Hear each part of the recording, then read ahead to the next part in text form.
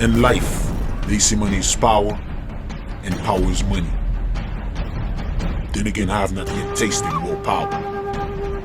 Who am I? My name is Robert.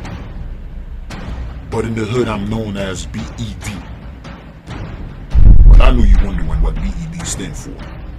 Big Evil Destruction. I was born in the deep side of hell. Come to America when I was 7.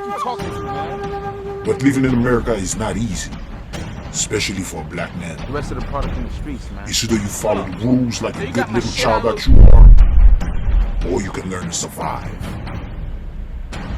There is an old Haitian saying, La vie a dit c'est vrai, mais tout ton gain souffle. Continue to see.